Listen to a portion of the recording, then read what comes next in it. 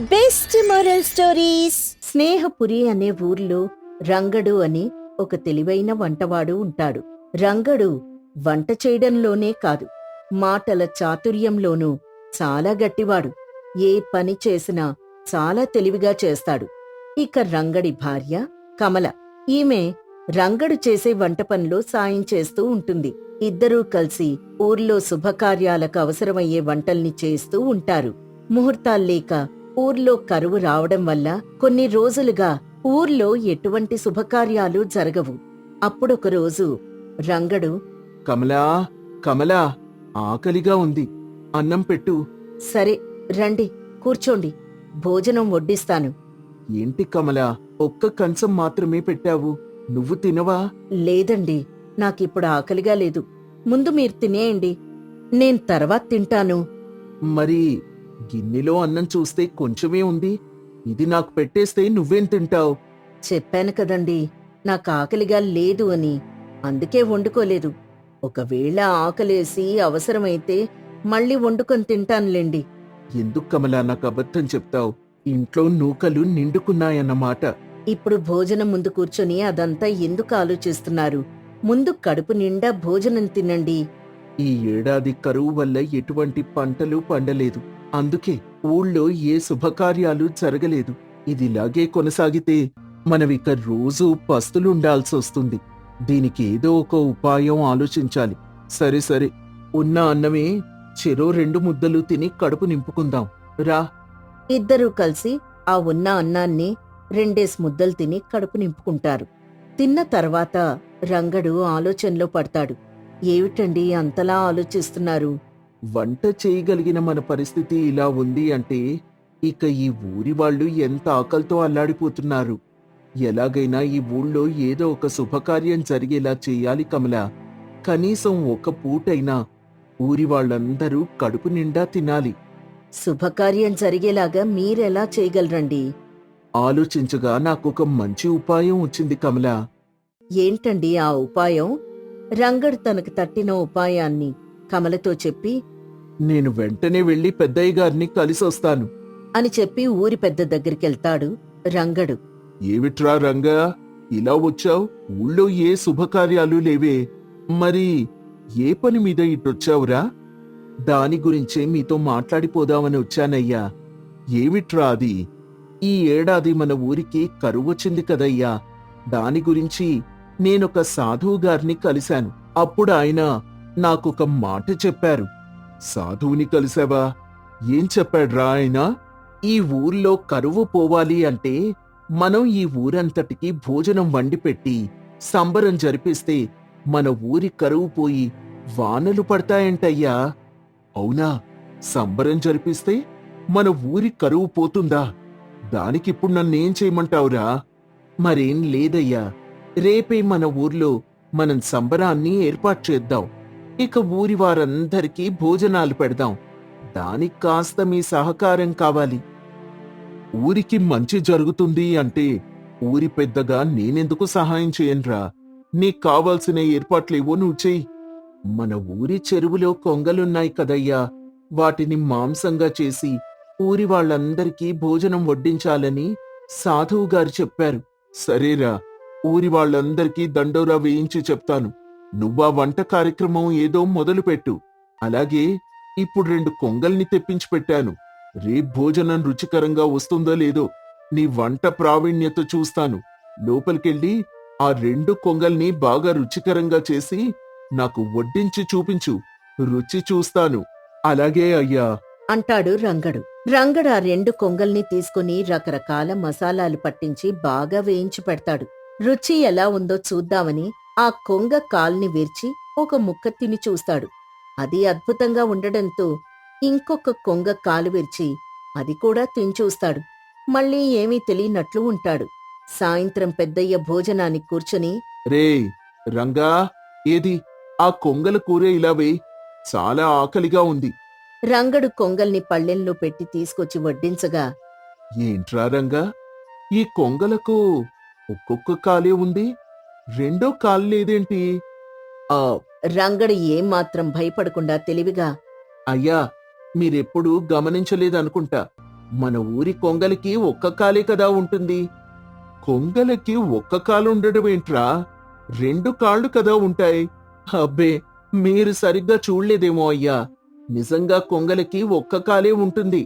రంగడి మాటలకి పెద్దయ్య కోపం వచ్చినా రంగడంత ఖచ్చితంగా చెప్పేసరికి రే రంగా, ఈ విషయం అబద్ధమని తెలిసిందో రేపు ఊరందరి ముందు నీ తల తీయించి వేస్తాను. అది అబద్ధమని తేల్తే మీ మాట నేను జవదాటనయ్యా. కావాలంటే రేపు మీరు మన ఊరి చెరువు దగ్గరికి రండి. నేనది నిజమే అని నిరూపిస్తాను. అని రంగడు చెప్పగా పెద్దయ్య సరే అంటాడు. మరుసటి రోజు పెద్దయ్యతో కలిసి ఆ ఊరి తోట వెనక ఉన్న చెరువు దగ్గరికి వెళ్తాడు. రంగడు కొంగల్ని చూపిస్తూ, అయ్యా, అదిగో చూసారా? మన ఊర్లోని కొంగలన్నీ ఒక్క కాల్ మీద నిలబడి ఎలా నిద్రపోతున్నాయో. అవునా? అయితే ఇప్పుడు చూడ్రా. హుష్ హుష్ అని ఊరి పెద్దగా చప్పట్లు కొట్టగా ఆ చప్పట్లకు భయపడి అక్కడున్న కొంగలన్నీ తమ రెండో కాలు కూడా కింద పెట్టి నీట్లో నడవడం మొదలు పెడతాయి. అది చూసిన పెద్దయ్య, చూసావారా రంగడు? నేను చప్పట్లు కొట్టగానే ఆ కొంగలకి రెండో కాలు కూడా వచ్చి నడవడం మొదలు పెట్టాయి. ఇప్పుడు దీనికి నీ సమాధానం ఏంటో చెప్పు. అయ్యో పెద్దయ్య, మీరు చప్పట్లు కొడితే ఆ కొంగలకి రెండో కాలు వస్తుందని నాకు ముందే తెలుసు. కానీ నిన్న మీరు తినేటప్పుడు ఏం చేశారు? నేనేం చేశాన్రా? నువ్వు వండిన కొంగల కూర తినిపెట్టాను, అంతే కదా. అలా తినే ముందు మీరిప్పట్లాగే హుష్ హుష్ అని పెద్దగా చప్పట్లు కొట్టుంటే ఆ కొంగలకి రెండో కాలు తిరిగొచ్చేది కదా. కాని మీరా పని చేయలేదు. అందుకని ఆ కొంగలకి రెండో కాలు రాలేదు. పైగా కొంగలకి ఒకటే కాలుంటుంది అంటే మీరు నన్ను నమ్మనే లేదు. రంగడి మాటలకి పెద్దయ్య మొహాన ఉన్న కోపం పోయి గట్టిగా నవ్వుతూ, రేయ్ రంగా, సాధారణంగానే కొంగలు నిద్రపోతున్నప్పుడు ఒక్క కాలు మడిచి విశ్రాంతి తీసుకుంటూ ఉంటాయి. ఈ విషయం నాకు తెలిసినా నువ్వు చెప్పిన చిన్న అబద్ధాన్ని ఎలా తెలివిగా నిరూపించుకుంటావా అని నిన్నిక్కడి దాకా తీసుకొచ్చాను. కాని నువ్వు నీ తెలివితేటలు ఉపయోగించి నా కోపాన్ని పోగొట్టి నేను నవ్వేలా చేశావు. సరే, ఇప్పుడు అడుగుతున్నాను చెప్పు. ఇంతకీ ఈ కొంగల్తో ఊరందరికీ భోజనం పెట్టాలి అని చెప్పి సాధువుగారు నిజంగానే చెప్పారా? అలాంటిదేం లేదయ్యా. నిన్న మీ గుమాస్తా 2 కొంగల్ని పట్టుకురావడం చూశాను. అందుకే నేనీ చిన్న అబద్ధాన్ని ఆడాను. గుమాస్తా మా ఇంటి కొంగలు పట్టుకొని వస్తే నువ్వెందుకురా అబద్ధం ఆడావు? వంట వండిన తర్వాత మీ ఇంటి కొంగలకి 2 కాళ్ళు కనిపించకుండా పోయాయి అంటేనే మీరు నన్ను ఎన్ని ప్రశ్నలేసి ఇక్కడి దాకా తీసుకొచ్చారు. అంటే మీరు తినే దానిలో కొంచెం తగ్గినందుకే మీ కోపం వచ్చింది కదా. దీన్ని బట్టి చూస్తే ఆకలి చాలా విలువైంది కదయ్యా. ఇప్పుడు ఆకలి విలువ గురించి నాకెందుకు చెబుతున్నావురా? మరేం లేదయ్యా. మీదంటే జమీందారుల కుటుంబం. మీ దగ్గరంటే సరిపడా డబ్బులు ఉంటాయి కాబట్టి ఊరి కరువొచ్చినా కాటకం వచ్చినా మీరు కడుపు నిండా 3 పూట్లా తినగలుగుతున్నారు. కాని మాలాంటి పేదవాళ్ల పరిస్థితి ఏందయ్యా? రెక్కాడితే కాని డొక్క నిండని బతుకులు మావి. మాలాంటి వాళ్ళని మీరే కదయ్యా ఆదుకోవాలి. డబ్బు ఉన్న వాళ్ళకైనా లేని వాళ్ళకైనా ఆకలి ఒకటే కదయ్యా. అది మీరు తెలుసుకొని ఊరందరికీ ఒక పూట భోజనం పెడతారేమో అని చెప్పి ఇంత నాటకం ఆడాల్సొచ్చింది. నన్ను క్షమించండయ్యా.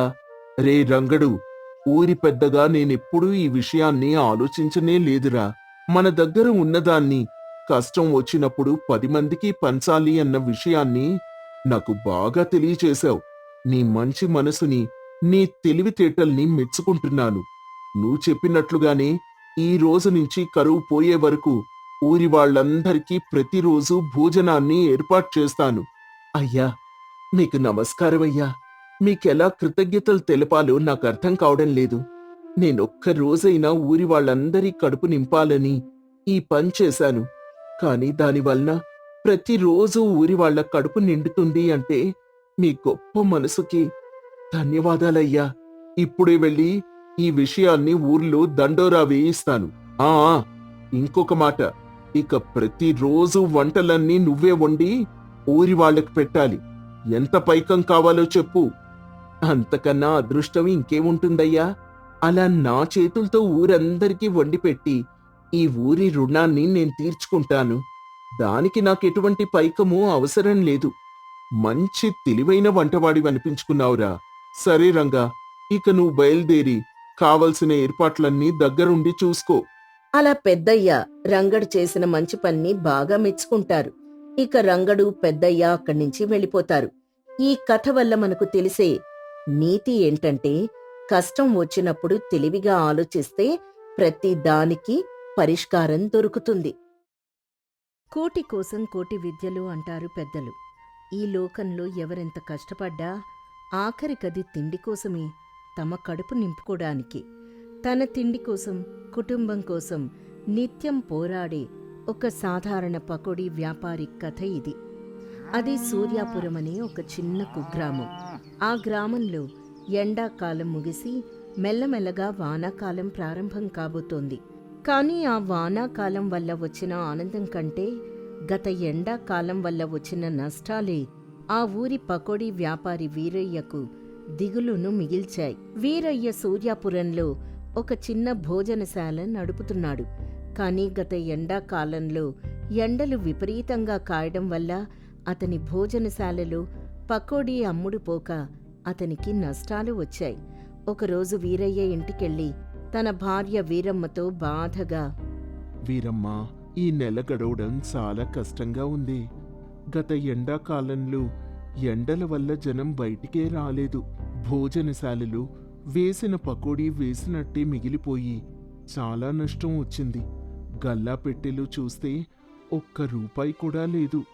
అవునండి, నేను చూస్తూనే ఉన్నాను కదా. ఇంట్లో వంట సరుకులు కూడా అయిపోతున్నాయి. ఉప్పు పప్పుతో సహా అన్ని సామాన్లు తక్కువగా ఉన్నాయి. ఈ పరిస్థితి ఇలాగే ఉంటే మనం తినడానికి తిండి కూడా ఉండదండి. నాకు అదే దిగులుగా ఉంది వీరమ్మ. సరిగ్గా తినడానికి తిండి లేకపోతే మనం మరుసటి రోజు పనెలా చేయగలం? ఏదో ఒక పనైనా చేసి డబ్బులు తేవాలి. లేకపోతే మనకి రోజు గడవడం చాలా కష్టం. మరేం చేస్తారు? భోజనశాలకి ముడి సరుకు తేవాలన్నా డబ్బులు కావాలి కదా. శనగపిండి, ఉల్లిపాయలు, నూనె లేవు. ఇవి లేకుండా పకోడీ ఎలా వేస్తారు? నాకు ఆలోచనుంది. మన పొరుగువాడు సుందరం దగ్గరికి వెళ్తాను. అతను నాకు మంచి మిత్రుడు కదా. అతన్ని అప్పడికి చూస్తాను. సుందరం గారి దగ్గరకా? ఆయన మంచివాడే కాని పోయినసారి ఆయనకు కూడా పంట సరిగ్గా పండక ఇబ్బందుల్లోనే ఉన్నాడని విన్నాను. అలాంటివాడు మనకి డబ్బులిస్తాడా? నాకు వాడికంటే మంచి మిత్రుడు లేడు వీరమ్మ. ఒకసారి అడిగి చూస్తానేమంటాడు. వీరయ్య వెంటనే సుందరం ఇంటికి బయలుదేరాడు. అప్పుడు సుందరం ధాన్యపు బస్తాలు సర్దుతున్నాడు. వీరయ్యను చూసి సుందరం ఆహ్వానించాడు. రా వీరయ్య, ఏంటి ఇలా వచ్చావు? నీ ముఖం చూస్తే చాలా దిగులుగా ఉంది. ఏమైంది? ఏం చెప్తాను సుందరం, గత ఎండాకాలం నన్ను దెబ్బతీసింది. భోజనశాలలో వ్యాపారం అస్సలు సాగలేదు. ఇంట్లో తినడానికి సామాన్లు లేవు. వ్యాపారానికి ముడి సరుకు తేవాలన్నా డబ్బులు లేవు. అందుకే నీ దగ్గర ఏమైనా డబ్బుంటే అప్పిస్తావేమో అని అడగడానికొచ్చాను. వీరయ్యా, నువ్వు అడిగితే నేను లేదు అన్నను. కానీ పోయినసారి నాకు కూడా పంట సరిగ్గా పండలేదు. వర్షాలు లేకపోవడం వల్ల చాలా నష్టపోయాను. నా దగ్గర కూడా డబ్బులకి ఇబ్బందిగానే ఉంది. అవునా సుందరం? సరేలే, నీ ఇబ్బంది నేను అర్థం చేసుకోగలను. నేనింకెవరినైనా అడిగి చూస్తానులే. ఆగు వీరయ్యా, నువ్వు ఖాళీ చేతులతో వెళ్ళడం నాకు ఇష్టం లేదు. నువ్వు అడిగినంత డబ్బులు నేను ఇవ్వలేను, కానీ నా దగ్గరున్న ధాన్యం అమ్మిన డబ్బులు కొన్నున్నాయి అని సుందరం తన దగ్గరున్న కొన్ని డబ్బుల్ని తీసి వీరయ్య చేతిలో పెట్టాడు. సుందరం సహాయం చేయడంతో వీరయ్య కళ్ళలో ఆనంద బాష్పాలు రాలాయి. చాలా ధన్యవాదాలు సుందరం, నువ్వు నన్ను కాపాడావు. నేను త్వరగానే నీ అప్పు తీర్చేస్తాను. అప్పు గురించి ఇప్పుడు ఆలోచించకు వీరయ్యా. ముందు నువ్వు నీ వ్యాపారం చూసుకో, ఇంట్లో సామాన్లు తీసుకో. వీరయ్య ఆ డబ్బులతో వెంటనే సంతకు వెళ్ళి ఇంటికి కావలసిన సరుకులతో పాటు తన భోజనశాలకు కావలసిన శనగపిండి, ఉల్లిపాయలు, నూనె అవి తీసుకొని ఇంటికొచ్చి వీరమ్మకి చూపించాడు. సుందరం గారు నిజంగానే చాలా మంచివారు. సమయానికి సాయం చేశారు. అవును వీరమ్మ, ఈ డబ్బుతో నేను ముడిసరుకు తీసుకొచ్చాను. కానీ ఈ వానాకాలంలో మనం ఎలాగైనా వ్యాపారాన్ని బాగా సాగించి సంపాదించి సుందరం అప్పు తీర్చేయాలి. అందుకు మనం ఏం చేస్తే బాగుంటుందంటావు? అలా అడుగుతారేంటి? ఎప్పట్లాగే భోజనశాల తెరుద్దాం. ఈ వానాకాలంలో వర్షాలు బావుంటే జనం వస్తారు. అప్పుడు మనకి ఆదాయం వస్తుంది.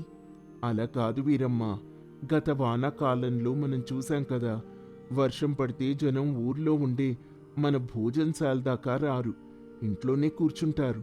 అందుకే ఈ వర్షాకాలంలో మనం తెలివిని ఉపయోగించి వ్యాపారం చేయాలి. తెలివిగా అంటే ఏం చేస్తారు? మీ మనసులో ఏవైనా ఆలోచన ఉందా? ఇప్పుడైతే ఏమీ తోచడం లేదు వీరమ్మ. ఆ రాత్రి వీరయ్య పడుకున్నాడు కానీ అతనికి అస్సలు నిద్ర రాలేదు. వర్షాకాలంలో వ్యాపారం ఎలా సాగించాలి అని ఆలోచిస్తూనే ఉన్నాడు.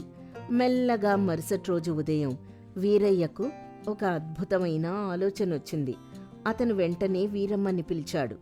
వీరమ్మా, వీరమ్మా, త్వరగా రా, నాకొక గొప్ప ఆలోచన వచ్చింది. ఏంటండి ఉదయమే రచ్చ చేస్తున్నారు? ఏం ఆలోచన వచ్చింది? మనం ఒకే దగ్గర కూర్చుని భోజనశాలలో పకోడీలు అమ్మడం వల్ల మన దగ్గర దారిలో ఉన్నవాళ్ళు మాత్రమే వస్తున్నారు. కానీ మన భోజనశాలకు దూరంగా ఉన్నవాళ్ళు, పొలాల్లో పనిచేసే వాళ్ళు రాలేరు కదా. అదే మనం పాత ఎడ్ల బండి మీద పకోడీ వేసి ప్రతి దారికి వెళ్ళి అమ్మితే ఎలా ఉంటుంది? ఎడ్ల బండి మీద పకోడీ అమ్మడమా? ఇదివరకు మన ఊర్లో ఎవ్వరూ ఇలా చేయలేదు కదా. వర్షంలో పకోడీ బండి మీద ఎలా అమ్ముతాము? పకోడీ తడిసి దెబ్బతింటుంది కదా. అక్కడే ఉందే నా తెలివైన ఆలోచన. ఈ వర్షాకాలంలో పొలాల్లో కూలీలు, వ్యవసాయదారులు పనిచేస్తూ ఉంటారు. ఎంతో కష్టపడి పనిచేస్తున్నప్పుడు చిన్న చిన్నగా వర్షం పడితే వాళ్ళకి వేడివేడి పకోడీ తినాలని ఉంటుంది. కానీ వాళ్ళు పొలాల్ని వదిలేసి ఊర్లో ఉన్న మన భోజనశాల దాకా రాలేరు కదా. అదే మనం వాళ్ళున్న చోటికి వెళ్తే వేడివేడి పకోడీ మన దగ్గర కొంటారు, మనకి ఆదాయం దొరుకుతుంది. ఏమంటావు? అవునండి, ఈ ఆలోచన చాలా బావుంది. పొలాల్లో పనిచేసే కూలీలకి వేడివేడి పకోడీ దొరికితే వాళ్ళు చాలా ఇష్టంగా తింటారు. కానీ వర్షం పడితే అడవిదారిలో ఎడ్లబండి తడిసిపోతుంది కదా. దానికి నేనొక ఉపాయం చేస్తాను. మన పాత ఎడ్లబండిని వర్షాన్ని తట్టుకునే విధంగా కట్టెలతో సిద్ధం చేస్తాను. దానిపైన తాటి చెట్టు ఆకుల్ని గట్టిగా కట్టి ఒక చిన్న ఇల్లులా కడతాను. లోపల పొయ్యి పెట్టి వేడివేడి పకోడీ వేసిన వర్షపు నీరు పడదు. సరేనండి, మీరు చెప్పింది చాలా బావుంది. వెంటనే మన ఎడ్లబండిని సిద్ధం చేయండి. ఊర్లో ఉన్న జనం వీరయ్య పాత ఎడ్లబండిని సిద్ధం చేయడం చూసి హేళనగా మాట్లాడుకున్నారు. రే వీరయ్య, ఏంటి ఎడ్లబండిని సిద్ధం చేస్తున్నావు? పకోడీ వ్యాపారం మానేసి ఊరూరు తిరిగి ఉప్పు అమ్మి వ్యాపారం చేద్దామని చూస్తున్నావా ఏంటి? లేదు మల్లయ్య, నేను చేసే వ్యాపారం నేను మానను. కానీ ఈ ఎడ్లబండితో నేను ఒక కొత్త ప్రయత్నం చేస్తున్నాను. కొత్త ప్రయత్నమా? పకోడీ వ్యాపారి ఎడ్లబండితో ఏం చేస్తాడో మాకు తెలియదా? నిన్ను చూస్తుంటే ఈ వానాకాలంలో వ్యవసాయం చేద్దామని పోతున్నట్టుంది. వీరయ్య, వ్యవసాయం నీ వల్ల కాదు. వీరయ్య ఎవ్వరి మాటల్ని పట్టించుకోలేదు. మెల్లగా తన ఎడ్లబండి పైన కట్టెలు గట్టిగా కట్టి దానిపైన తాటి చెట్టు ఆకుల్ని కప్పి గట్టిగా తాడులతో కట్టాడు. అది వర్షం పడినా సరే లోపలున్న వారికి ఏమీ తగలనంత గట్టిగా తయారైంది. లోపల పకోడీ వేయడానికి చిన్నపాటి పొయ్యి అన్నీ సర్దుకున్నాడు. మరుసటి రోజు వీరయ్య ఎడ్లబండి మీద ఊరి పొలాలకి బయలుదేరాడు. పొలాల్లో కూలీలు, వ్యవసాయదారులు పనిచేస్తున్నారు. అంతలో చిన్న చిన్నగా వర్షం రావడంతో కూలీలు పని ఆపేశారు. దూరంగా ఉన్న మర్రి చెట్టు దగ్గరికి వెళ్లి తలదాచుకున్నారు. అబ్బా, వర్షం మొదలైంది. ఈ వర్షంలో కాస్త వేడివేడిగా ఏవైనా తింటే ఎంత బాగుంటుందో కదా.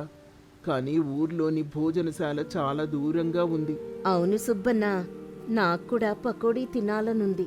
కానీ ఈ వర్షంలో ఎవరెళ్తారు ఊరిదాకా? అంతలో దూరం నుండి గంట చప్పుడు వినిపించింది. వీరయ్య ఎడ్లబండి మెల్లగా మర్రి చెట్టు దగ్గరకు వచ్చింది. వీరయ్య బండి ఆపి గట్టిగా కేక వేశాడు.